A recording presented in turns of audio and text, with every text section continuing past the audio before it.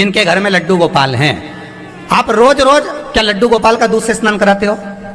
रोज रोज पंचामृत स्नान कराते हो? नहीं। पर शंकर भगवान अगर आपके घर में विराजमान है तो मन में आ जाता है थोड़ा सा दूध चढ़ा दूं, थोड़ा सा निकाल देना कटोरी में, अभी तपाना मत, तपाए ना तो थोड़ा सा दूध कटोरी में निकाल दे। शंकर जी के लिए तुम्हारे पास हर सोमवार हर मन में आ जाता है कि चलो शिव जी को दूध चढ़ा दूं। पर कभी तुमने सोचा कि शनि महाराज की मूर्ति है इसके निभा दूं, पितृ देवता की मूर्ति इसको दूध में रोज नहा दूं? नहीं, उनको कभी कभी, पर इनको रोज रोज। इसने राधा जी कहाँ रहती थी? बरसाने में। कहाँ रहती थी? बरसाना तो राधा जी के पिताजी की कचेरी थी। राधा जी कहाँ रहती थी? राधा का गांव कौन सा था? आपको पहले भी तो कथा में बताया था, रावल। बरसाना तो फिर भी पास में, रावल और दूर। मथुरा से और आगे गोकुल के रास्ते पर रावल आए, और रावल में राधा जी थी, और ठाकुर जी मेरे गोवर्धन पर चढ़कर बंसी बजाते थे, बैठे रहते थे। बंसी नीवी बजाएं तो राधा तुरंत दौड़ कर आ जाती थी। तो क्या राधा का दूरबीन लेके बैठती थी? विचार करिए, एक केवल दिल के तार जुड़े, मन से भाव। स्कंद पुराण कर रही, आगे जो चरित्र कहा, सारे संत महात्मा लोमश ऋषि के चरित्र का वर्णन करते हुए, लोमश बाबा आज ब्राह्मण कुल में जन्म में, बोले नहीं, चुप रहे, बिल्कुल शांत, बोलते ही नहीं है। पिताजी को लगा ये तो निपट गूंगा है, कुछ बोलता ही नहीं, ये बोल क्यों नहीं रहा, ये बोलता क्यों नहीं, ये तो गूंगा लग रहा। समय आया, पिताजी चले गए, माँ भी पिताजी के धाम को चली गई, और लोमश बाबा अकेले रह गए। इतनी साधना लोमश ऋषि ने करी, इतनी साधना करी कि शंकर को प्रकट होना पड़ा उस नैमिषारण्य तीर्थ में। पूरी दुनिया में एक महादेव ऐसा है जिसको कहते गुप्तेश्वर महादेव, वो चक्र तीर्थ में ही है। कहां पर? नैमिषारण्य में। करें दर्शन? कौन कौन गए नैमिषारण्य? गए हो? चक्र तीर्थ गए होगे ना, तो वहां पर गुप्तेश्वर महादेव को दर्शन करोगे। पूरी दुनिया में एक महादेव ऐसा है जो गोदावरी के जल में छुपा हुआ है, पानी के अंदर, नदी के अंदर। और आपने चाहे नारियल लिया हो, चाहे सेब लिया हो, चाहे केला लिया हो, चाहे कोई फल लिया हो, चाहे बेलपत्री ली हो, और आपने हाथ में लेकर शंकर भगवान के लिए छोड़ दिया, शिव समर्पित, तो वो अंदर चले जाएगा। और आपने मन में आया भोलेनाथ प्रसाद दे दीजिए, वो वापस निकल कर बाहर आ जाएगा। वापस प्रैक्टिकल जरूर करना, जाकर जरूर देखना, कहीं सियोर वाले महाराज झूठ तो नहीं बोल रहे। जो नैमिषारण्य में टीवी के माध्यम से भी जो लोग सुन रहे हैं, अगर नैमिषारण्य के पास में रहते हो तो गुप्तेश्वर महादेव जाकर देखिए। गुप्तेश्वर महादेव आप पहुंचिए, जंगल में शंकर जी का मंदिर है, जंगल, और जंगल में नदी के अंदर भगवान शंकर का गुप्त शिवलिंग है जो दिखता नहीं है पानी में। दिखेगा नहीं, दिखता है कि आपको क्या है? दिखता नहीं है, बस केवल जल बहता हुआ दिखेगा, नदी का पानी दिख रहा है बहता हुआ। और कितनी बड़ी बात है, जल का वेग भी तीव्र रहता है, पर जहां आपने वो फल डाला है और आपने कह दिया प्रसादम, वो प्रसाद निकलकर उसी जगह पर बाहर आएगा, बहकर भी नहीं जाएगा जब तक आपने प्रसाद मांगा। बेलपत्र डाली हो वो भी नीचे चली जाती है, पानी में बेलपत्र डूबती है क्या? पर वो भी नीचे, फूल पुष्प है तो वो भी नीचे जाएगा। गुप्तेश्वर महादेव, उसको पूरी दुनिया में, क्योंकि वहां भगवान शंकर के लिए लोमश बाबा ने तप करा, साधना करी, और भगवान शंकर से कुछ मांगने के लिए साधना नैमिषारण्य तीर्थ में लोमश बाबा नहीं करे, कुछ मांगने की चाह नहीं है, कुछ प्राप्ति का साधन बिंदु नहीं है। आप में से कितने लोग हैं जो एकादशी करते हैं? हाथ उठाओ। करते हो? काय के लिए करते हो? कुछ मांगने की चाह है क्या? अरे बोलो जम के। जीते जी बैकुंठ जाना चाहते हो क्या? सत्याव्रत जैसा? अरे बोलो तो नहीं। मरने के बाद बैकुंठ जाना चाहते हो क्या? क्या करोगे? पूछ रहा हूं मैं तो। आप लोग बोल रहे मरने के, अभी यहाँ पर एसी के कमरे में रह रहे हो कि नहीं रह रहे हो? डनलप के गद्दे पर सो रहे हो कि नहीं सो रहे? भरपेट भोजन कर रहे हो कि नहीं कर रहे? गाड़ी में घूम रहे हो कि नहीं घूम रहे? सब काम तो बढ़िया चकाचक हो रहा है, तो फिर बैकुंठ में क्या करोगे? बैकुंठ में भी तो एसी का कमरा है, वहां भी तो सोने की थाली में भोजन है, वहां भी चमन डुलाने वाले हैं, वहां पर भी भोजन कराने वाले, पर उतने दिन बैकुंठ में रखेंगे जितने दिन तुम होटल में जाके रहते हो ना। तो जब तक चार्ज देते रहो, होटल के रूम में रहते रहो, तो पुण्य का चार्ज जब तक तुम भरते रहोगे तब तक बैकुंठ में टिके रहोगे, और नहीं तो धक्के मारकर बाहर निकाल दिया जाएगा। तो इतने से दिन के लिए बैकुंठ आके क्या करोगे? इसलिए सूरदास जी ने बहुत सुंदर कहा पुष्टि मार्ग में, कहा करऊ मैं बैकुंठ के जा। सूरदास जी लिखते हैं मैं बैकुंठ नहीं जाना चाहता। किसी ने सूरदास जी से पूछा तुम बैकुंठ नहीं जाना चाहते? नहीं, क्यों जाऊं, यहाँ पे भी तो बढ़िया रह रहा हूं। अब आज से तुम भी त्याग दो कि मरने के बाद बैकुंठ जाना है, अपने को जाना ही नहीं। कहा करऊ मैं बैकुंठ के जा, ना तो वहां पर गऊ है ना वहां गोवर्धन है, और बैकुंठ अगर जाता भी हूं तो मैं करूंगा क्या? तो सूरदास जी से पूछा बैकुंठ नहीं जानता? हाँ। सूरदास जी बोले मैं क्या करूंगा? तो सूरदास जी से पूछा क्यों नहीं जाना चाहते? तो क्या एक प्रैक्टिकल करो, तुम्हारे घर में मेहमान आए या तुम किसी के यहाँ गए, समझना, या तुम्हारे यहाँ मेहमान आए, तुम्हारा पति मेहमान से 24 घंटे मिलता है, बोलो जम के, कितनी देर मिलेगा? मेहमान आए, आओ सा बैठो, बातचीत करी, मुलाकात करी, उसका ऑफिस का समय हो गया, वो ऑफिस चले गया, मेहमान के लिए एसी का रूम खोल दिया, गेस्ट हाउस खोल दिया, आप रहिए, आराम से विश्राम करिए, अतिथि गृह में रुको, खाओ पियो मौज करो। धर्मपत्नी यहीं पर है, लक्ष्मी से कह दिया इनको पूरन पोली, चाकोली, चक्र सब खिला, जो बन सके। आज माता सोचे कि अच्छी पूरन पोली हुई जी, अच्छी पूरन पोली। तुम्हें याद दिला रहा हूं, 2-3 दिन में तुम्हारे पास आएगी पक्का है। और जो मन सके वो सब खिला, इसको संपूर्ण सामग्री दे। अब धर्मपत्नी स्वागत करेगी कि नहीं करेगी मेहमान का? 2 दिन रुके, 4 दिन रुके, खूब आदर करेगी, खूब सम्मान करेगी, खूब आतिथ्य करेगी, खाओ साहब, ले साहब, दूध लीजिए, ये लीजिए, वो लीजिए, खूब आतिथ्य करेगी, खूब प्रेम से। पति कब मिलेगा अब इसको वापिस? रात। कितनी देर बैठेगा? थका हुआ है यार। अरे बोलो तो आधा घंटा 20 मिनट बैठा, बातचीत करी, और साहब बड़ी आनंद बातचीत, गप्पे लगाए, वो अपने कमरे में सो गए, वो अपने सवेरे फिर उठे, जब तक इसका ऑफिस का जाने का समय हो गया, या ऑफिस निकल गया, दिन भर मेहमान घर में है। अब बस यही की यही क्रम सूरदास जी कहते हैं हमारा और बैकुंठ का है। हम भी बैकुंठ में जाएंगे। हम सोच रहे हैं नारायण मिलेगा, नारायण के चक्कर में बैकुंठ जा रहा है, नारायण के चक्कर में बैकुंठ जा रहा है। किसी ने नारायण से पूछा दुनिया के लोग तुम्हारे चक्कर में बैकुंठ आ रहे हैं, तो तुम कितनी देर मिलोगे? तो नारायण ने कहा उनके पतियों से पूछो मेहमान से कितनी देर मिलते हैं, उनके पतियों से पूछो जितनी देर उनका पति मेहमान से मिलता है। भगवान कहे मेरे बैकुंठ में तुम्हें सब कुछ मिलेगा, एसी का रूम, डनलप के गद्दे, खूब सोने की थाली में भोजन, चमन, सब कुछ मिलेगा, पर अरे जम के बोलो लक्ष्मी भी मिलेगी, पर नारायण नहीं मिलेगा। और जिसके चक्कर में गए वो ही गायब है। तो नारायण से पूछा तुम कहाँ जाते हो? भगवान विष्णु बोले दुनिया के लोग बैकुंठ मेरे चक्कर में आते हैं और मैं अपने भक्तों के चक्कर में नीचे चले जाता हूं। अपने फालतू प्रपंच में पड़ता ही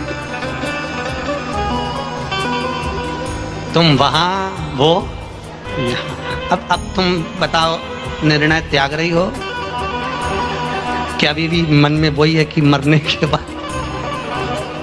अरे विचार कर लो, आज ही फाइनल है। वो तो स्कंद पुराण में आज फाइनल सोच लो कि अब अपने को एकादशी का व्रत बैकुंठ जाने के चक्कर में नहीं करना, बिल्कुल नहीं जाना। और अब घर के लोग पूछे तो कहाँ जाना चाहती है? बैकुंठ नहीं जाएगी तो फिर जाएगी कहाँ? तो कहना गोलोक धाम जाऊंगी। कौन से धाम? गोलोक कहाँ है?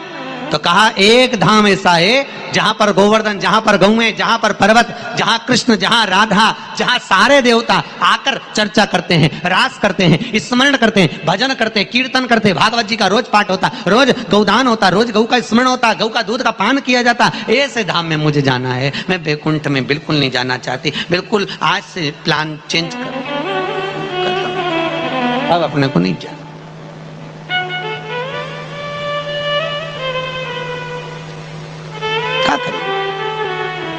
एक विचार और है, अगर तुम कहीं नहीं जाना चाहते तो भगवान स्कंद देव से कह देना मेरे को कहीं नहीं जाना, अगली बार जब पैदा करो तो वापस मुंबई में भेज देना, और वापस इसी अंधेरी में, इसी महेश्वरी भवन में फिर कथा सुनी। बस इसी कृपा का मेरे को कहीं नहीं जाना, उस कथा में रमी रहे, चित्त वृत्ति परमात्मा के चरणारविंद में लगी रहे, चित्त वृत्ति भगवान में रमी रहे।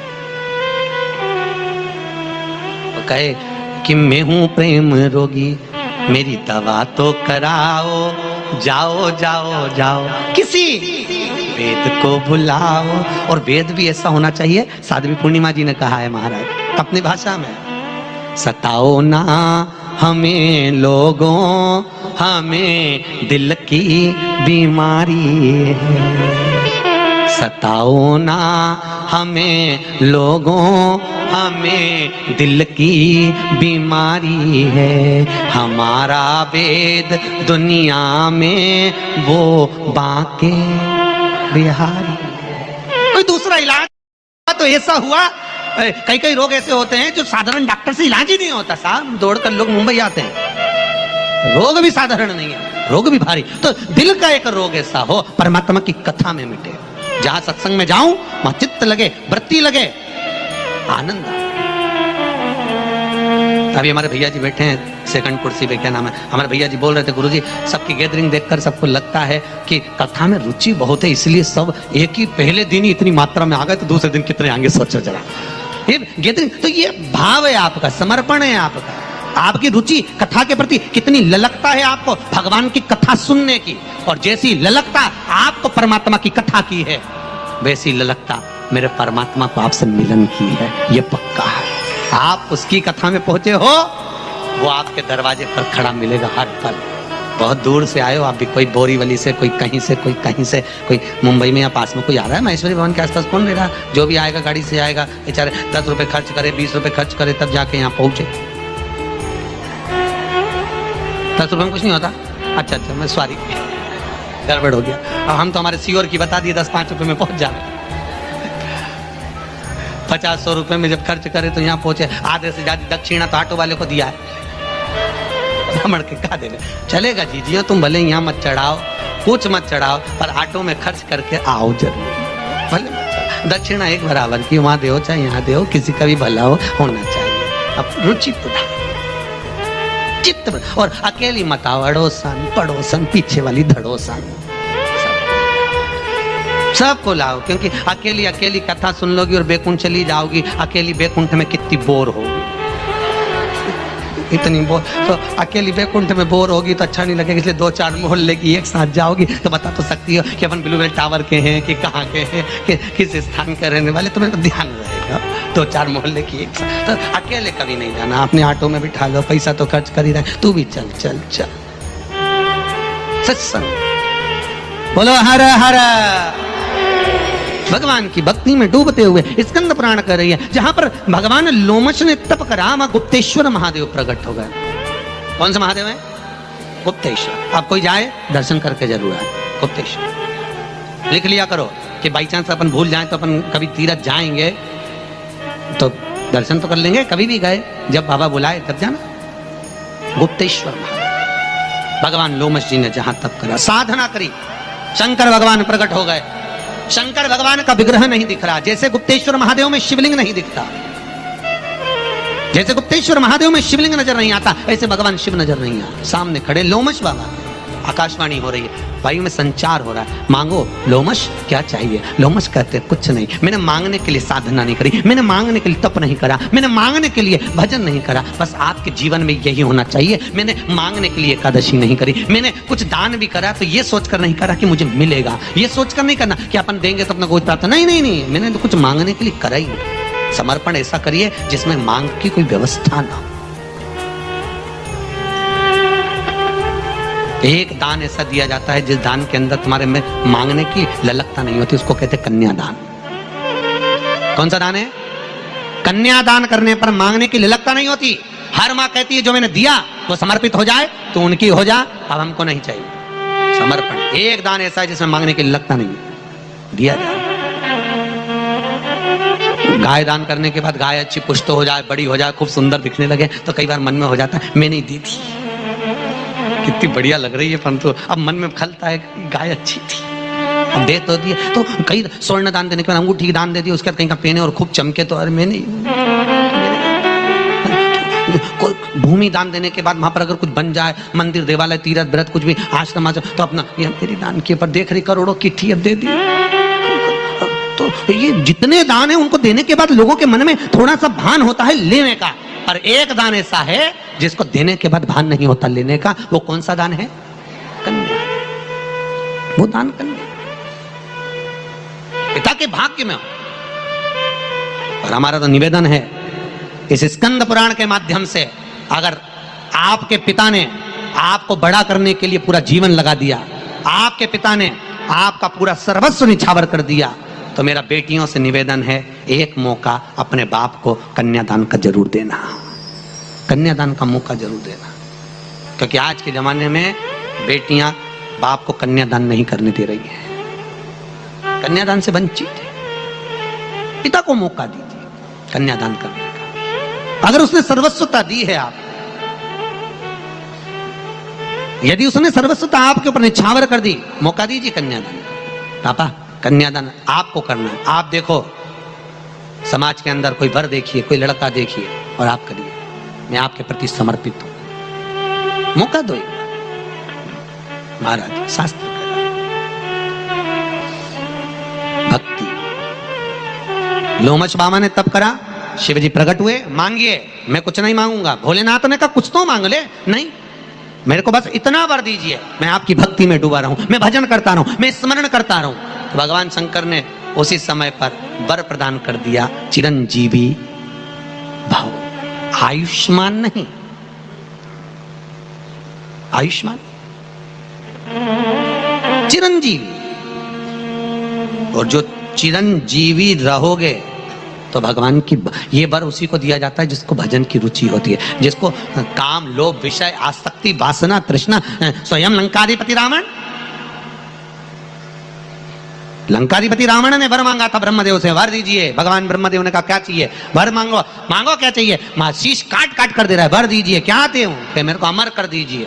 भगवान ब्रह्मा जी ने कहा ये तो हो ही नहीं सकता कि तुझे अमर कर। फिर और कुछ मांग ले।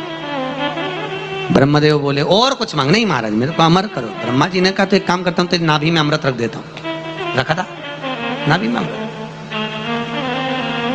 अगर कोई बाण मारेगा नाभि में लगा तो तू मर जाएगा।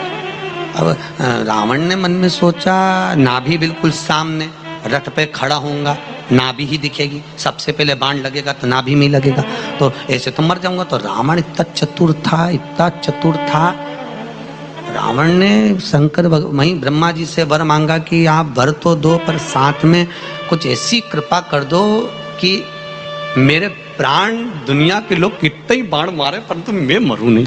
तो रावण आश्चर्य में पड़ा, और रावण आश्चर्य में पढ़कर, स्कंद पुराण का ही चरित्र है, कहीं नहीं मिलेगा, केवल स्कंद पुराण के अंदर। तो रावण ने वर मांगा, मुझे एक बाण ऐसा दे दिया जाए जो बाण मेरे अमृत कुंड को लगे तब मैं मरूं। याद करो, राम जी महाराज ने बाण पर बाण मारे, विभीषण पास में खड़ा होकर कह रहा है इसकी नाभि में अमृत है, और फिर बाण छोड़े, नाभि में लगे फिर जिंदा हो जाए, फिर नाभि में फिर जिंदा हो जाए। तो भगवान राम जी और विभीषण को आश्चर्य इस बात का हुआ। विभीषण ने सोचा अमृत कुंड में लग रहा है तो भी नहीं मर रहा, आखिर बात क्या है?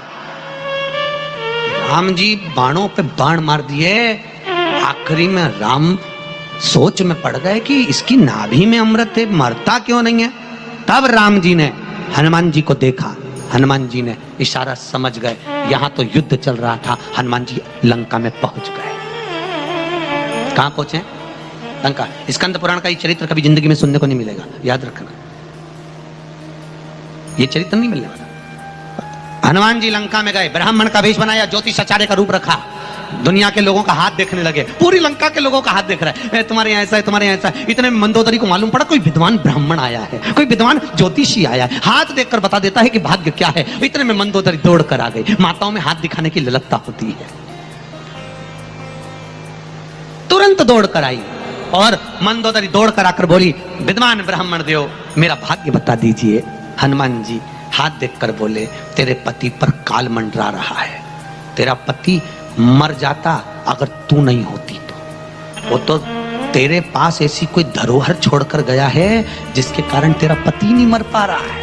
इतने में मंदोदरी बोली, महाराज बिल्कुल सही बोले हो, मेरे पति को तप करने में एक बाण मिला था, वो बाण जब तक मेरे पति के पेट में नहीं लगेगा, नाभिक कुंड में, तब तक पति नहीं मरेगा।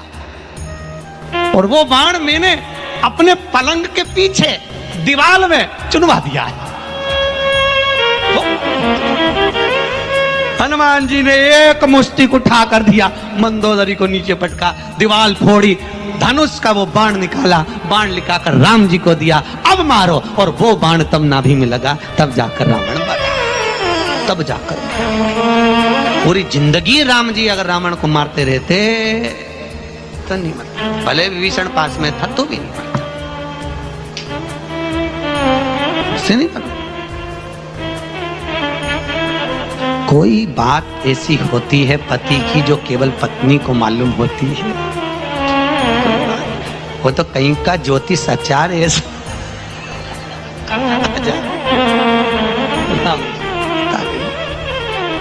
कोई भी कठिन है, बहुत कठिन। लंकाधिपति रावण जो शिव की आराधना में लगा हुआ है, वो भी सहज हो सकता है। मृत्यु इतनी सहज नहीं है उसकी कि मैं नाभिक कुंड में बस बाण लगे और मैं मर जाऊं, ये मांग ही नहीं सकता। उसकी विद्वत्ता है। वही रावण लंकाधिपति लोमश बाबा जहां तप कर रहे हैं, साधना कर रहे हैं, लोमश बाबा जहां साधना में डूबे हुए हैं, उसी साधना स्थल पर लंकाधिपति रावण भी आया था। जब भगवान शंकर दिख नहीं रहे, गुप्तेश्वर महादेव नजर नहीं आ रहे, दिख नहीं रहे, घुमा, नंदी मिला, नंदी भी तप में लीन था, नंदी भी तप में लीन। तो नंदी तप में लीन, तो नंदी ने तप करा, साधना करी, भगवान शंकर से वर मांगा, प्रभु मेरे को बंदर का मुंह दे दो। नंदी को बंदर का मुख बना दिया। रावण आया हंसता हुआ, अरे नंदी तेरे मुख को बंदर का किसने बना दिया? नंदी का बनाया नहीं, मैंने तप में मांगा है, मैंने साधना में मांगा है कि मुझे बंदर का मुंह दिया जाए। क्यों बंदर का मुख काय को चाहिए? तो कि बंदर कुरूप दिखता है तो अहंकार नहीं आएगा, इसलिए मांग लिया। रावण बोला मेरे 10-10 मुख हैं, देख, और तूने मांगा तो बंदर का मुंह मांगा, मैंने 10 मुख मांगे। रावण अहंकारों की बात करने लगा तो नंदी ने श्राप दे दिया, अरे ओ रावण, भले तेरे मुख 10 हों, पर तू मेरे बंदर के मुंह पर हंसा है, एक दिन बंदर की लात खाएगा, एक दिन तू बंदर की लात खाएगा, ये पक्का है। और आपको याद होगा कौन गया था? अंगद, पांव जमाया, दिया। भाई सहज नहीं। लोमश बाबा तप में लीन, तो चिरंजीवी हो। चिरंजीवी का मतलब क्या है? जो भक्ति में डूबा रहे, भजन में डूबा रहे।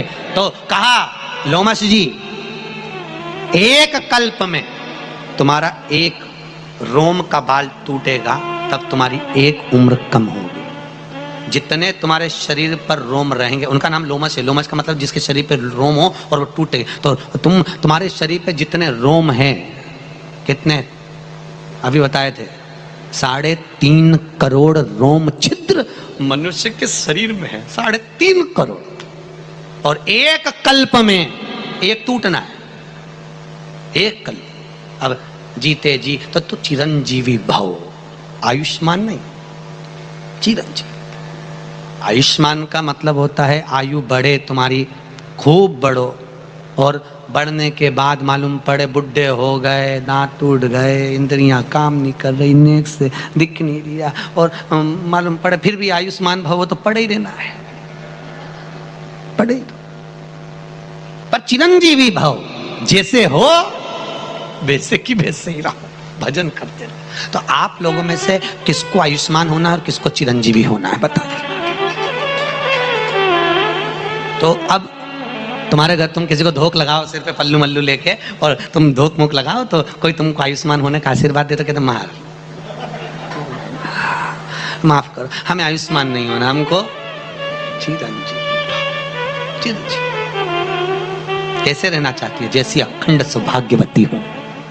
मेरा अखंड सौभाग्य, मेरी अखंडता, जैसा मैं भजन कर रही हूँ, मेरी गोदी में लाल है, मैंने बच्चों का पालन किया है, मेरे घर में राम लक्ष्मण सीता विराज रहे हैं, ठाकुर जी का भजन करती हूँ, बन जाता है तो मंदिर चले जाती हूँ, नहीं बनता घर में पूजन कर लेती हूँ। जितना भजन करती हूँ उतना, ज़्यादा बढ़ाना भी नहीं है। स्कंद पुराण में बहुत सारी चीज़ें लिखी है, बहुत सारी चीज़ें, ज़्यादा बढ़ाना भी नहीं है। कई लोगों की आदत होती है, एक महाराज जी ने बोला हनुमान चालीसा करो, हनुमान चालीसा, राम रक्षा स्तोत्र करो, राम, वो गीता जी का 18 अध्याय वो भी चालू कर दिया, और ये वेंकटेश चालीसा वो भी चालू कर दी, गोवर्धन चालीसा वो भी चालू कर दी, सर्वोत्तम जी का पाठ वो भी चालू कर दी, यमुनाष्टक वो भी चालू, सारे पाठ सुबह से बैठी थी 1 घंटे से, सब पलट पलट पलट पलट, भले चित्त नहीं लग रही, इधर से मच्छर खा रही है,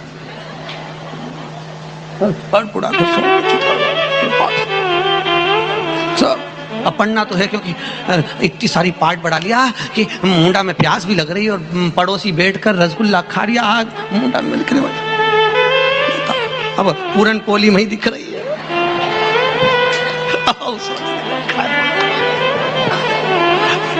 अरे अरे वही नजर आ रही है।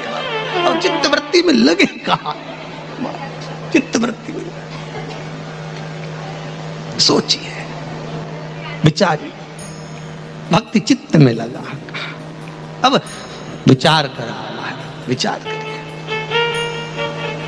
तो बहुत बहुत स्कंद पुराण करी, बहुत पूजन पाठ नहीं बढ़ा, सही है कि गलत है? अरे बोलो तो, बहुत अलमस्ती से जियो। मुख में हो राम नाम, राम सेवा हाथ में, तू अकेला नहीं प्यारे, राम तेरे साथ। बिल्कुल सहज चलते फिरते भजन करते रहो, जपते रहो, जपाते रहो, जो बन जाए उतना स्मरण करते रहो।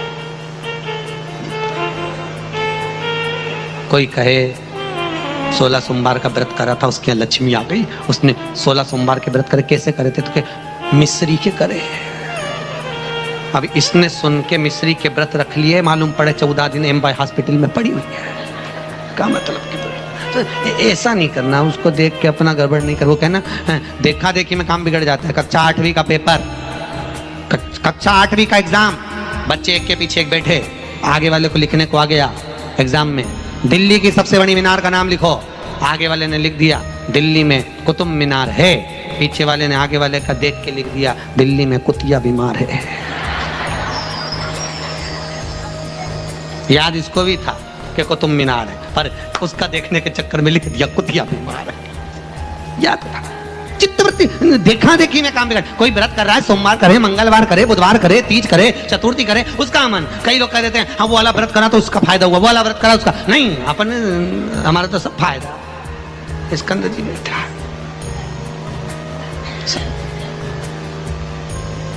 सत्यनारायण भगवान की कथा में लिखा है, भगवान का प्रसाद छोड़कर राजा गया, उसकी पूरी रात सत्ता बर्बाद हो गई। वापिस आया, प्रसाद ग्रहण करा। सत्यनारायण की कथा कहती है कि जिसके यहाँ कथा में जाओ खूब खा पी के आओ। अब तुम्हारे यहाँ राठी जी सत्यनारायण की कथा कैसी होती है मालूम नहीं, पर हमारे यहाँ तो एक नियम है, सत्यनारायण की कथा जिसके घर में होती है वहां पर भोजन की व्यवस्था रखी जाती है, खाओ पियो फिर जाओ। जैसे आप लोग रखते हो ना, हमने देखा शिव महापुराण में और विष्णु पुराण में और अभी स्कंद पुराण में भी हमने उसमें पत्र में पढ़ा था कि नीचे भोजन की व्यवस्था, सारी व्यवस्था करके रखी। तुम्हारे को जैसी भूख लगे नीचे चले जाओ, वापिस ऊपर आ जाओ, खाते पीते सुनो, पर सुनो, इनने पूरी व्यवस्था करके रखी, कैसे भी सुनो, पर सुनो, कथा सुनो। तो कहे ना भागवत जी में लिखा हुआ है, भागवत सुनने का नियम लिखा रहता है कि नहीं रहता? एक पत्तल पर भोजन करो, भूमि पर शयन करो, जले हुए भोजन का त्याग करो, एक फल का सेवन करो, इतने में काम नहीं चले तो एक समय फलहार करो। भागवत जी में लिखा रहता है, पंडित जी सुनाए होंगे। इतने में काम नहीं चले तो दूसरे समय फरियाल करो। फलहार और फरियाल अंतर है, एक समय कोई फलहार, आम सेव फल केला, और दूसरे समय पे चिप्स, साबुदाने की खिचड़ी करो। और इतने में काम न चले तो एक समय फरियाल करो, दूसरे समय भोजन करो। पर कथा, अरे बोलो तो जरूर सुनो। इतने में काम नहीं चले तो दोनों समय भोजन करो, पर कथा जरूर सुनो। और संस्कार सेवा समिति वालों ने बहुत नियम बना कर रखा, इतने में भी काम नहीं चले तो कथा में नीचे जाके खूब चरो, कथा नहीं छोड़ना। कथा भक्ति का, खूब स्मरण करो। भगवान कभी नहीं कहता कि तुम भूखे। हमारे ठाकुर जी श्रीमद वल्लभाचार्य जी सुबोधनी में लिखे, वल्लभ कुल की एकादशी करो, भले बकरी जैसे चरो, पर एकादशी करो। हम तो कई लोगों से कहते हैं हमारे से एकादशी नहीं होती, गुरुजी हमसे भूखा नहीं दिया जाता। हमके क्यों नहीं दिया जाता? इधर बादाम भर ले, इधर काजू भर ले, ऊपर वाली जेब में कुछ और बचा कुछ वो भर ले, और जहां से फ्रिज पे, कूलर पे, वॉशिंग मशीन पे, सब पे भर के मूंगफली का दाना तल के, चिप्स तल के, साबुदाने की खिचड़ी बना के, खीर बना के सब रख दो, जहां से निकलो वही चलो। एकादशी काय को नहीं करती? खूब खाओ, भूखे मत रहो। भूखे रोगे बीपी ऊंचा नीचा हो जाएगा, शुगर ऊपर नीचे हो जाएगी, इसलिए सब खूब खाओ। श्रीमद वल्लभाचार्य जी ने तुम्हारा बहुत ध्यान रखा है, बहुत ध्यान रखा वल्लभ ने, इसलिए पुष्टि मार्ग में कह दिया भूखे मत रहो। ठाकुर जी 8 बार खाता है, तुम 16 बार खाओ, तुम 16 बार खाओ। वो छोड़ता नहीं है, खाने के मामले में बिल्कुल नहीं छोड़ता। तुम्हें मालूम होगा गोवर्धन पर्वत उठाया था भगवान ने, कितने दिन उठाया था? 7 दिन। एक दिन में भगवान को कितनी बार भोग लगता है? 8 बार।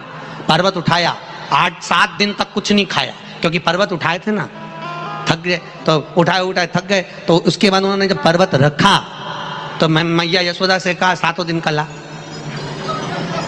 7 दिन का ला। अब मैया यशोदा गई, एक दिन में 8 बार खाता था तो 7 दिन का लाई, 7 56 भोग भगवान को लग गए, 56 भोग सामने लगे।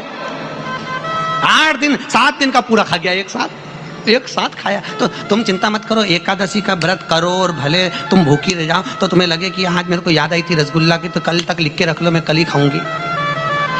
भले एक दिन नहीं खाया, दूसरे दिन खाओ, परंतु एकादशी का व्रत बड़ी प्रबलता में, बड़े आनंद में और उत्साह में और उमंगता में, प्रसन्न चित्त में। जितने व्रत लिखे हैं स्कंद पुराण में, चाहे द्वादशी का हो, चाहे चतुर्थी का हो, चाहे तीज माता का हो, चाहे सतुआ तीज का हो, निमाड़ी पूजन का, आगे आगे सब कथा में आएंगे कि चावल का सत्तू क्यों बनता है, गेहूं का सत्तू क्यों बनता है, बेसन का सत्तू क्यों बनता है, तीज पूजन में सब प्रसंग आएंगे आगे कथा में, अपन सुनेंगे उसको। तो ये सारे जितने व्रत बताए हैं, उस व्रत में तुम्हारे चेहरे पर प्रसन्नता होना चाहिए। क्यों? क्योंकि फूल अगर ताजा होता है तो भगवान को दिया जाता है, फल ताजा होता है भगवान को दिया जाता है। जो फूल मुरझा गया उसको पटक दिया जाता है, फल बेकार हो गया, केले का छिलका बेकार हो गया, भगवान को नहीं दोगे।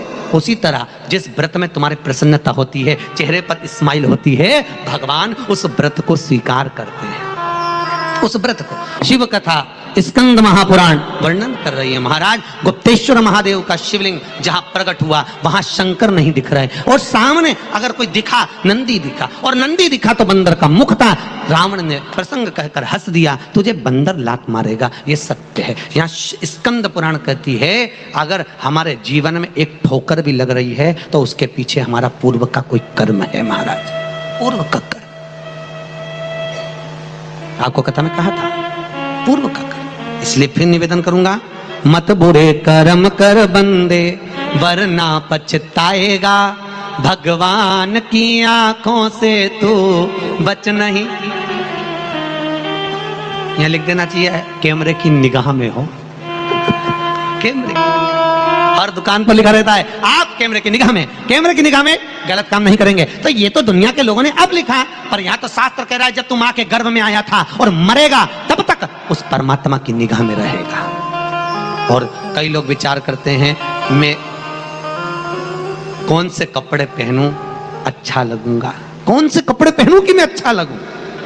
पर स्कंद पुराण कहती है कपड़े नहीं, ये विचार करो मैं कौन सा कर्म अच्छा करूं कि मेरे ईश्वर को अच्छा लगूंगा, उस परमात्मा को मैं अच्छा लगूं, ऐसा कोई कर्म कर कर चलूं। जैसे सत्संग समिति अपने जीवन में एक काम ऐसा कर कर भले साल भर में 8 महीने में ये शास्त्र पुराण आदि रखकर कर्म ऐसा करते, चलो करो सत्संग, करो भजन, 10 लोगों को, 20 लोगों को, कोई डोनेटरों को, कोई दानदाताओं को जोड़कर, और दान कराना भी कठिन है, करो दान, सत्कर्म में लगाओ थोड़ा, क्योंकि धन गलत जगह पर लग सकता है और बड़ी जल्दी लगेगा, बेकार कर्म में तुरंत लग जाएगा, पुलिस में, इनकम टैक्स में, जहां लगाना हो गलत जगह पर, डॉक्टर आदि में सब जगह लग जाएगा, पर धन सत्कर्म में नहीं लग पाएगा। डॉक्टर बोलेगा 5000 की जांच आप करवा लोगे, और कोई बोले कि थोड़ा सा सत्कर्म में साहब सत्संग समिति कार्यक्रम करा रही है, आपको बैठना है, आपको अनुष्ठान करना है, तो अरे टाइम नहीं है, ये नहीं है, तो उसको लगाने का प्रयास करिए। धन सत्कर्म की ओर, मन सत्कर्म, चित्तवृत्ति परमात्मा तक जाए,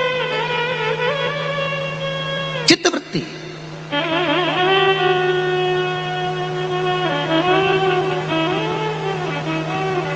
कुछ जीवन का सुख, जीवन का।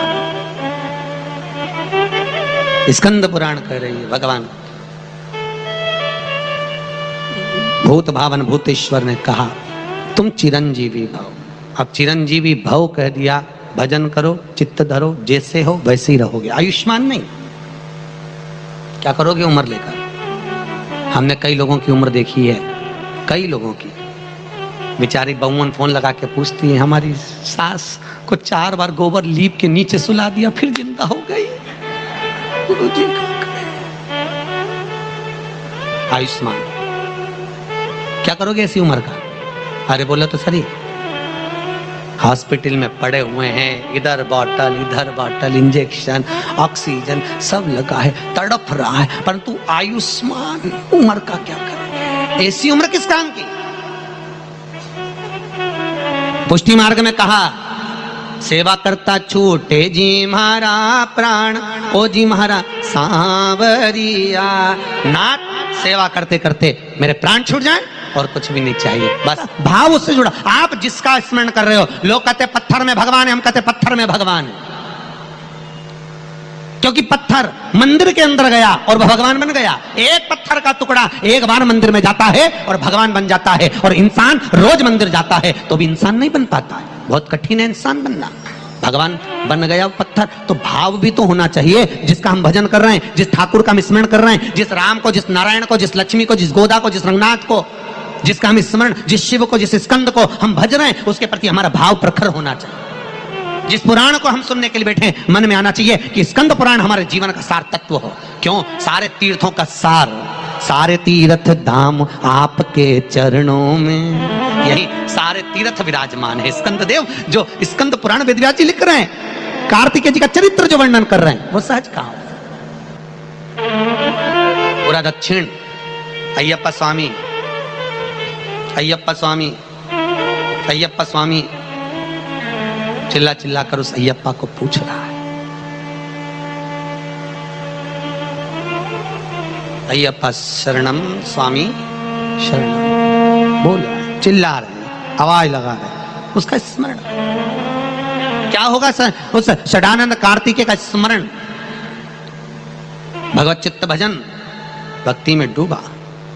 महाराज भगवान ने चिरंजीवी होने का वर तो प्रदान कर दिया। यहां से चले, उसी नैमिषारण्य तीर्थ में दक्ष प्रजापति आए हैं। महाराज दक्ष आए, शिव उस समय उनको दिख गए सभा में। शंकर भगवान दक्ष प्रजापति को देख लिए। शिव जी जा रहे थे, दक्ष को देखा। दक्ष ने सब में जब आया इस नैमिषारण्य तीर्थ में, सब ने प्रणाम करा। शंकर प्रणाम नहीं करे, श्रापित कर दिया, तो शमशान में निवास करेगा। ये कथा आपने सुनी हुई है, पर आपको यह नहीं मालूम था कि यह श्राप मिला कहां था। तो वो ध्यान रखना, कहां मिला था? नैमिषारण्य में। श्रापित है तू शमशान में निवास करेगा। शंकर भगवान वहीं से ओझल हुए तुरंत, क्योंकि नैमिषारण्य तीर्थ को मैं शमशान नहीं बनाना चाहता। वहां से ओझल हो गए। आनंद हुआ। सती के साथ शिव जी का विवाह हुआ था। समय आया, सती माता जलकर भस्म हुई, और सती माता जब जलकर भस्म हुई हैं, तब सती माता का एक स्वरूप हिमालय राज के यहाँ पार्वती के रूप में विख्यात हुआ। पार्वती तब साधना में लीन थी माता पार्वती। माता पार्वती को लगा शंकर जी के गले में रुंडों की माला है, मुंडों की माला है, तो हो सकता है शंकर मुंडों से प्रसन्न होते हो, इसलिए मुंड काटकर किसने दिए थे? लंकाधिपति रावण ने। एक काम करती हूं, पार्वती ने कहा अगर शंकर मुंडों की माला से प्रसन्न होते तो मैं भी अपने गले की माला, मैं भी अपना शीश काटकर शिव को प्रसन्न कर लेती। भगवान शंकर के लिए शीश काटने के लिए आतुर हुई, इधर में देवऋषि नारद आ गए। महाराज इस समय श्री भगवान नारायण स्वयं देवऋषि नारद पधारे। पार्वती तुम क्या कर रही हो? पार्वती जी बोली मैंने सुना है भगवान शंकर को मुंड दिए जाएं। शिव जी के गले में जो मुंडों की माला है उसको देखकर मुझे लगता है कि शिव प्रसन्न हो जाए। स्कंद पुराण कह रही है शंकर के गले में जो मुंडे हैं, किसके हैं? स्कंद पुराण कह रही है। जब याद करो मंथन हुआ, मंथन के समय पर विष निकला, गौ माता निकली, उसके बाद निकला फिर माणिक मोती लक्ष्मी औषधि, फिर निकला अमृत। ठीक है, देवताओं को मोहिनी स्वरूप भगवान ने अमृत पिला दिया। उसी देवताओं में जाकर बैठा था राहु, और जिसने अमृत पिया कौन बैठा था? राहु। राहु बैठा था, अमृत पिया। जैसे ही अमृत पिया, चंद्र और सूर्य ने कह दिया ये राहु है। भगवान ने सुदर्शन उठाया, शीश काट दिया। ऊपर का भाग राहु हो गया, नीचे का भाग केतु हो गया। ठीक है, दो भाग हो गए। पहले एक था, अब दो हो गए। चंद्रदेव को ग्रासित करने के लिए भागे चंद्रदेव, राहु ग्रासित करने जा चंद्र को। केतु अमावस्या के दिन सूर्य को ग्रासित करता। कौन? केतु। और राहु चंद्र को ग्रासित करना चाहिए। भागा, चंद्रदेव दौड़े। चंद्रदेव ने जाकर विनती करी, अब जाऊं तो जाऊं कहां? अब ऐसे समय पर ब्रह्मा जी मिलते नहीं है, क्योंकि सब घबराए हुए। राहु केतु जब आए तो सब घबरा जाए। अब पृथ्वी पे देख लो, जब सूर्य ग्रहण होता है सब जाप माला करते रहते, अनुष्ठान करते रहते हैं। अपनी ये हालत है तो देवताओं की क्या होगी? राहु आया, और इतना प्रबल राहु जब आ रहा है, जाए तो जाए कहां, सारे देवता उनके पास जाकर देख लिया, पर चंद्र को कहीं विश्राम नहीं मिला। तब चंद्र भगवान शिव के पास गया, भगवान भूत भावन भूतेश्वर से कहा, नाथ कृपा करिए, राहु आ रहा है। भगवान शंकर ने कहा, राहु आ रहा है तो तू काहे को घबराता है? आज चंद्र को उठाकर भगवान ने अपने सिर पर रख लिया। अब भोले तो भोले,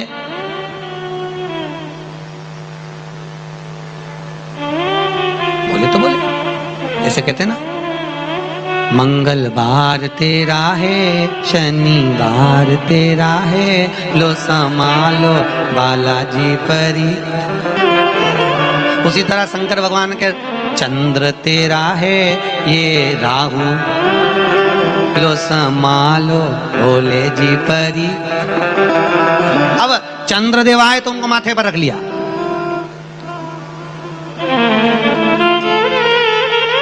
चंद्रदेव माथे, इतने में राहु आ गया, हर हर।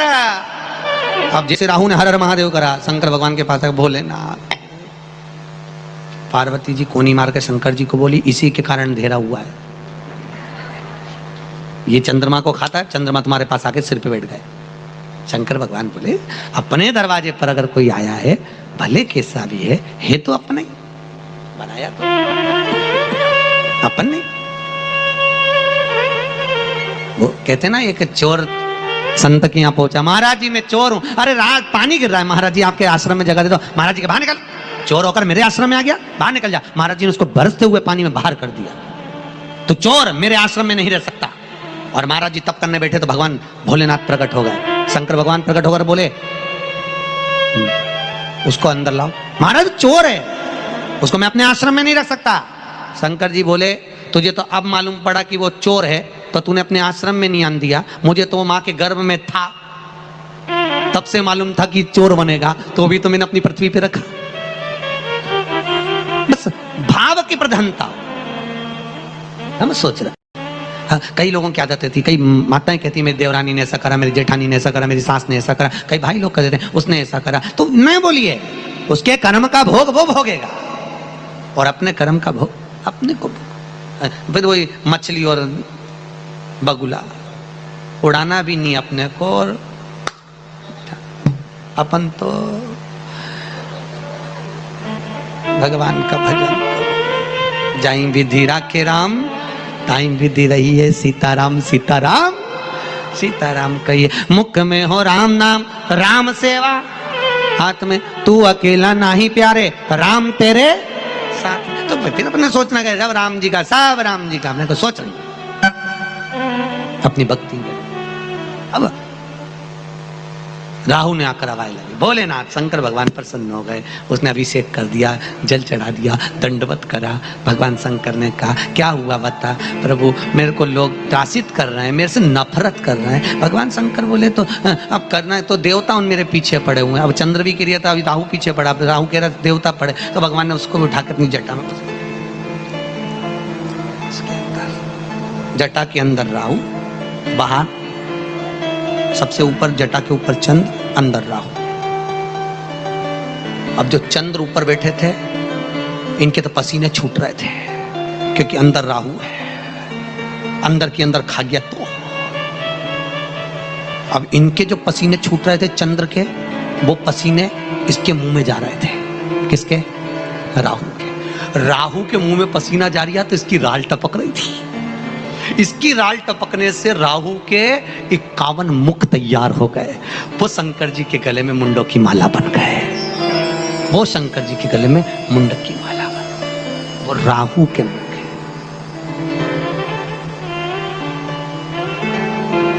इसलिए हिंदू धर्म में कहा जाता है अगर राहु लग जाए, राहु बकरी हो जाए, गुरु बकरी हो रहा है, शनि बकरी हो रहा है, शंकर जी के मंदिर में जाइए और 51 बेलपत्र को लच्छे में, मोली में, सूत में बांध कर शंकर जी का नाम लेकर अपने स्पर्श को कर कर और शंकर जी के शिवलिंग को पिना दीजिए। राहु और शनि की वक्रता समाप्त हो जाती है। राहु और शनि की वक्रता समाप्त, वक्रता चली जाती है। दोष कई लोगों के साथ होता है। राहु जब बकरी होता है ना, तुम अच्छा काम करने जाते हो तो बुरा हो जाता है, तुम किसी से अच्छा व्यवहार करना चाहते हो तो भी बुरा हो जाता है। कहीं किसी की किस्मत में तो यश ही नहीं रहता तो बात दूसरी रहती है। होता है एक पति पत्नी गार्डन में घूमने गए और गार्डन में घूमने गए, इतने में सामने से कुत्ता आ गया। कुत्ता आया, पत्नी घबरा गई, पति का हाथ पकड़ा, पति दोनों पीछे हटे, कुत्ता और पास में आया, पति पत्नी दोनों और पीछे हटे। पति को लगा ये कुत्ता मुझे काट ले चल जाएगा, पर पत्नी को नहीं काटे, नहीं तो कल बच्चों का टिफिन कौन बनाएगा, मेरे को ऑफिस जाना, टिफिन बनाकर कौन देगा, ये कुत्ता मुझे काट ले पर पत्नी को नहीं काटना चाहिए। पति और पत्नी और पीछे हटे, कुत्ता और पास में आया, ये और पीछे हटे, पति पत्नी और पीछे, कुत्ता और पास में आया। इतने में पति को लगा मेरी पत्नी को नहीं काटे तो अच्छा है, पर क्या करूं मैं, कहीं पत्नी आगे और उसी को काट गया तो फिर टिफिन कौन बनाएगा, घर का काम कौन करेगा। इतने में जैसे ही कुत्ता और लपका, इसने पत्नी को गोदी में उठा लिया कि कुत्ता मेरे पाँव में काट ले पर इसको नहीं काटे। और जैसी गोदी में उठाया कुत्ता भाग गया। कुत्ता भागा, इसने पत्नी को नीचे रखा, पत्नी को नीचे रखते सी पत्नी इतनी गुस्से में लाल हुई और लाल होके बोली तुम्हारा जैसा व्यक्ति नहीं देखा, लोग कुत्ते को भगाने के लिए पत्थर उठाते हैं, तुमने मुझे उठा लिया,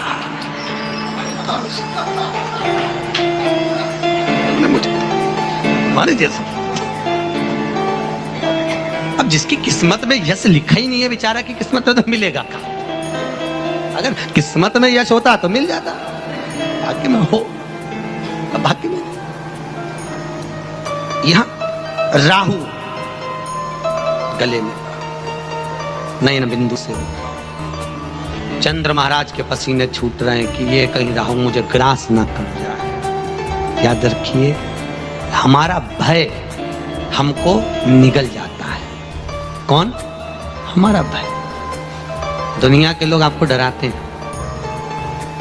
डराकर कभी कोई दान मत करना, ना किसी लालच में करना। कई लोग दान करते हैं कि मैं दान करूंगी तो बैकुंठ मिल जाएगा, कोई बैकुंठ जाने के चक्कर में दान कर रहा है, कोई नरक से बचने के चक्कर में दान कर रहा है, कोई बैकुंठ जाने के चक्कर में कथा सुन रहा है, कोई नरक से बचने के चक्कर में कथा सुन रहा है। नहीं, ना बैकुंठ जाने के चक्कर में कथा सुनना, ना नरक से बचने के चक्कर में। जो होगा भय में नहीं जीना। कई लोग भय बता देते हैं, तुम्हारे घर में ये बाथरूम ऐसी बनी है इसलिए इसके कारण ऐसा हो रहा, ये ऐसा हो रहा, वैसा नहीं। भय में नहीं जीना, बहुत अलमस्त। और जितना मन से प्रसन्न होकर जियोगे तो दुनिया के लोग कहेंगे ऐसा नहीं होना चाहिए, वैसा नहीं होना। दुनिया के लोग प्रसन्न, आप प्रसन्न रहिए, आपको दुनिया में कोई बाल बका नहीं कर सकता। भगवान कहते तू मेरे सम्मुख में अगर प्रसन्न रहेगी, तू मेरे सामने आने पर कथा में, सत्संग में, भजन में अगर प्रसन्न दिखेगी, दुनिया के लोगों के आगे तुम्हारे को कितना भी दुख हो तुम प्रसन्न रहिए, प्रसन्न चित्त, आनंद में। जब व्यक्ति को बहुत छोटे से बच्चे को बुखार आता है तो डॉक्टर कहता है ठंडे पानी से नहला दो। और पहले की माताएं क्या करती थी, और बुखार आया तो बेचारे को कम्बल उड़ा के धरते, और आज के डॉक्टर कहते हैं नहलाओ, ठंडे पानी से नहला दीजिए। बस वही भय से मुक्त हो। डॉक्टर कहता है इसको भय से मुक्त करिए। अगर ये बुखार के तपन में और रहेगा तो मस्तक पर बुखार चढ़ जाएगा, मिर्गी का दौरा आ जाएगा। तपन से बाहर, तपन से मिलाओ ठंडे पानी में। तो उसी तरह हम अगर भय में जिएंगे तो भजन नहीं कर पाएंगे। भजन में चिंतन, शनिवार है, शनिवार आज के हिसाब से कोई आरिया बाल्टी लेके उसको दे दिया, आज शनिवार है, नहीं तो नहीं देंगे तो मालूम पड़े तो नहीं लग गया तो भय, राहु लग गया, केतु लग गया, भय। स्कंद पुराण कह रही है भय में नहीं जीना। स्कंद पुराण करिए, भजन करो और इतनी वृत्ति में करो, इतने आनंद चित्त में करो कि जैसे मीरा करती थी। सामने जहर का प्याला आया और मीरा बाई उसको भगवान के सामने भोग लगा के और पाली, बड़ी प्रसन्न चित्त में पाली। दूध का कटोरा, जब दूधा जी बीमार पड़े, मीरा कहाँ ले गई थी? भगवान के सामने, ले दूध का कटोरा। द्वारकाधीश दूध का कटोरा ले, मीरा बाई चोटी करती हुई गई थी। आपको मालूम होगा मीरा तो चोटी करती थी केला वाली, केला। एक चोटी का रिबिन मीराबाई बांध चुकी थी, दूसरा चोटी कर रही थी, हाथ में दूध का प्याला था। दादाजी ने कह दिया भगवान को दूध पिला करा। अब इसको क्या मालूम था कि भगवान थोड़ी ना दूध पीता है। वो तो लेके द्वारकाधीश के सामने दूध का कटोरा रख दिया और दूध का कटोरा रखकर मीराबाई चोटी बांधती जा रही है। और उसका पहले चोटी, केला वाली चोटी करने के लिए पहले उसको गुथना पड़ता है, और गुत्ते गुत्ते नीचे तक लाई, और नीचे तक लाते लाते भगवान से कह रही खा लो, जल्दी दूध पी लो, मेरे को जाना है, टाइम हो रहा है, चोटी गुथा जाए उतनी देर में पी लेना। छोटी सी मीराबाई थी, भगवान ने और सामने कटोरा रख दिया और यहाँ फुंदा लगाया। जब तक जाके देखा तो दूध तो पिया ही नहीं। मीराबाई भगवान के पास जाके बोली पी ले, ये तेरे गाल बज रहा है ना, सब भूल जाएगा, चपटे हो जाएंगे। भगवान तुरंत प्रकट हो गए, कटोरा उठा के गटर गटर पी गए तुरंत।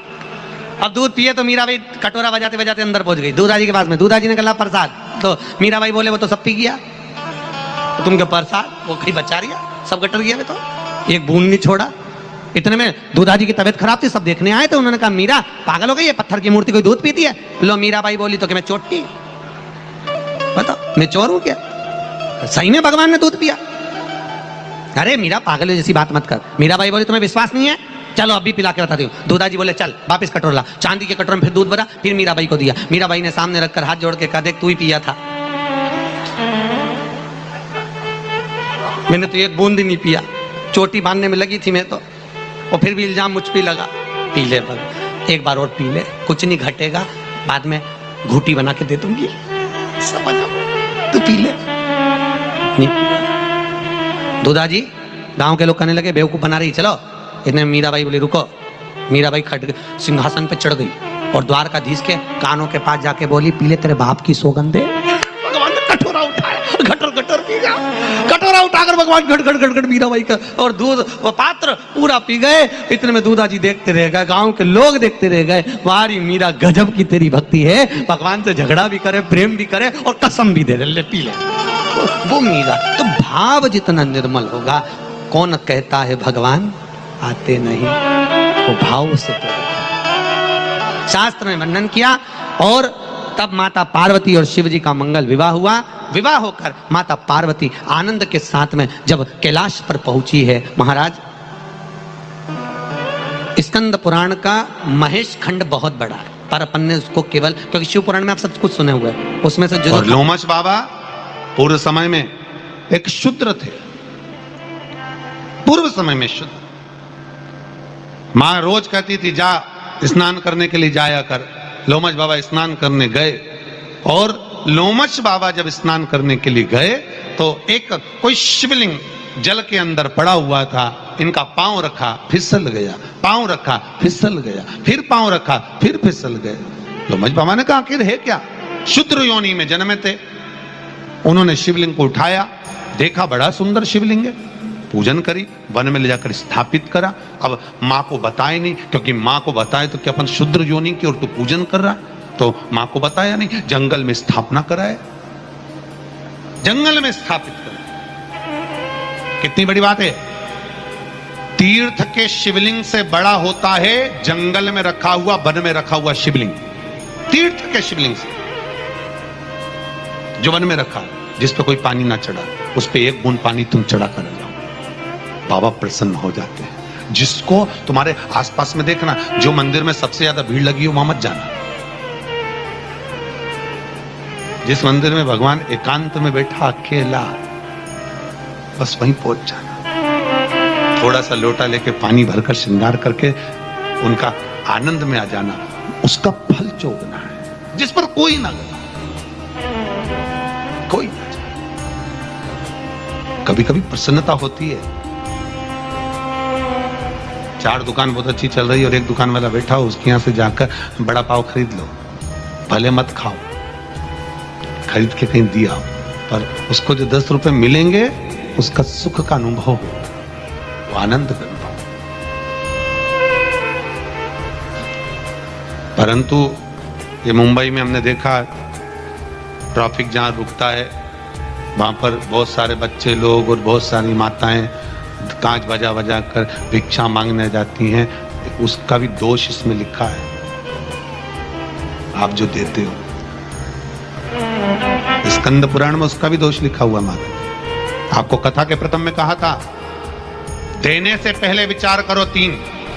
पहली लक्ष्मी, दूसरी गौ माता और तीसरी बेटी।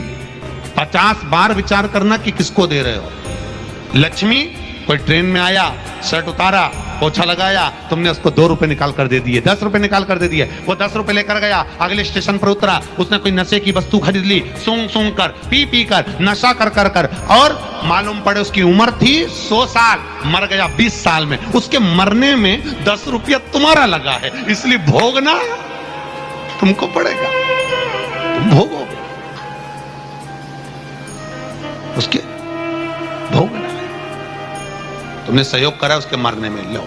हमारे हिंदू धर्म में एक रीति है, अदालत में क्रम है, अगर कोई किसी को प्रोत्साहित करता है सुसाइड के लिए, सबसे पहले उसी को पकड़ा जाता है। उसी तरह ऊपर भी ये लिस्ट चलती है, तुमने 10 रुपए दी और उसने आगे चलकर खा खा के गंदा पान कर करके मर गया, तो वो तो जैसा यहाँ वैसा वहां। सीधी सीधी बात। गवर्नमेंट रिटायर कब करती है? 60 की उम्र में। तो यहाँ दशरथ जी के यहाँ लड़का कब हुए थे? भगवान राम जी कब हुए थे? 60 की उम्र में। नंद बाबा के यहाँ कृष्ण कब हुए थे? 60 की उम्र में। दत्तात्रेय जी के यहाँ कपिल देव कब हुए थे? 60 की उम्र में। आंतरिषि के यहाँ दत्तात्रेय भगवान का प्रकटे 60 की उम्र में। 60 की उम्र में आने के बाद दशरथ जी के घर में राम आ गए, 60 की उम्र में आने के बाद नंद बाबा के यहाँ कृष्ण आ गए। तो हमारे यहाँ भी तो गवर्नमेंट वही करती है, 60 की उम्र में रिटायरमेंट कर देती है। क्यों? क्योंकि अभी तक तुमने परिवार के लिए बहुत कुछ करा, अभी तक तुमने बच्चों के लिए खूब करा, अब 60 के हो गए, ढोलक मंजीरा बजाइए, स्कंद पुराण में जाकर बैठ जाइए। 60 की उम्र के हो गए, जाइए यहाँ बैठ करके कर रहे। अभी तक परिवार के लिए, कुटुंब कबीले के लिए, नाते रिश्तों के लिए बहुत कर लिया, अब जाओ, अब कथा में बैठो, सत्संग करो, भजन करो, तो क्या साहब डबल से कहीं चांस मिल जाए नौकरी वापिस? तो लगा दी जाता है कि अभी तक इसका पेट नहीं भरा है, लगाओ वापिस लगाओ। 60 का होने के बाद भी बच्चे ब्याह गए, बहुएं आ गई। कई लोग कहते हैं टाइम नहीं, तो बच्चों की शादी हो गई, बहुएं आ गई, अब तो छोड़ो रे, अब तो छोड़ो। उसके बाद भी अभी भी रह गया, अभी भी आ सकते। तो समय भगवान बहुत दे रहा है, और ये ना सोचें कि कैसे होगा, भगवान करा रहा है। ये तो कहीं सत्संग समिति पर और आप सब पर भगवान स्कंद देव की, विश्वनाथ की कोई कृपा है साहब, जो आप लोगों का सहयोग होता है। साल भर में एक आध बार आप लोग कोई नई पुराण को श्रवण कर लेते हो, मुझे बड़ी प्रसन्नता होती है कि कम से कम माहेश्वरी समाज ने एक नियम बनाकर रखा है कि हमें संस्कार की ओर, हमें सत्संग की ओर बढ़ना है। ये बहुत अच्छी बात है, पूरी माहेश्वरी समाज के लिए बहुत गौरवान्वित बात है। और जितने लोग फेसबुक और यूट्यूब के माध्यम से इस कथा को लाइव देख रहे हैं, उनको भी कहूंगा कि अपने जीवन में, जैसी मुंबई माहेश्वरी समाज अंधेरी में कथा करा रही है, सत्संग समिति, ऐसा तुम्हारे भीतर भाव होना चाहिए। ऐसा भाव तुम्हारे आप भी अपने जीवन में उतारिए, अपने जीवन में धारण करिए,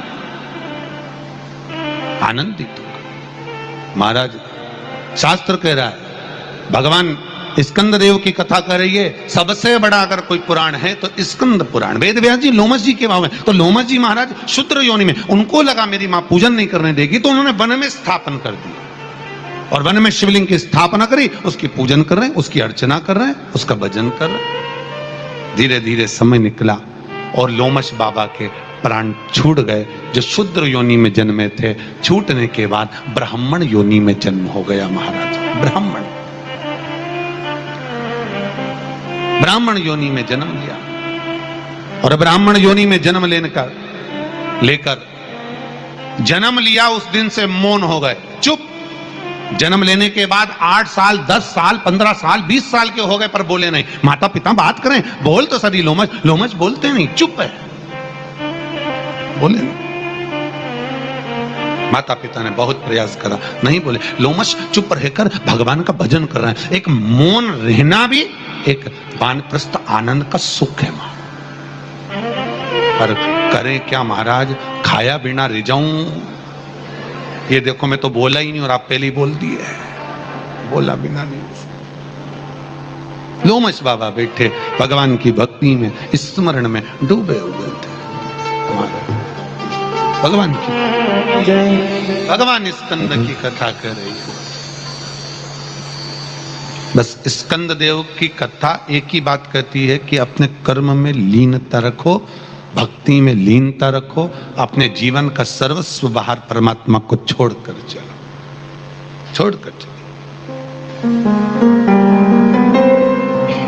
एक बहुत सुंदर दृष्टांत दिया है स्कंद पुराण का। एक संत एक सरोवर के तट पर बैठे थे,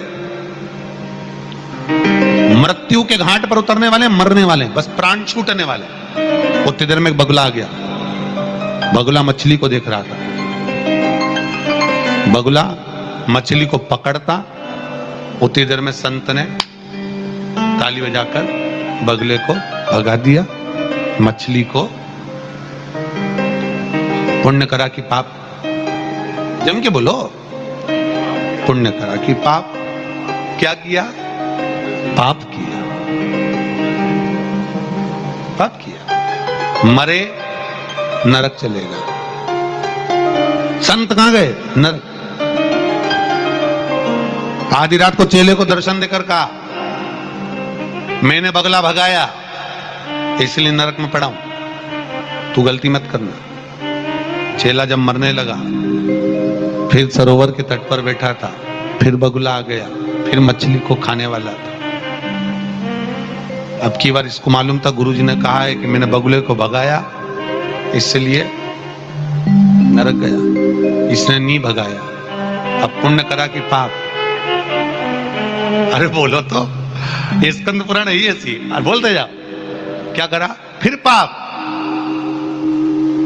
किया, वो भी गया, नरक में गिर गया। उसने अपने चेले को बोला, मैंने गुरुजी के कहने पर बगुला नहीं भगाया, इसलिए मैं यहां नरक में।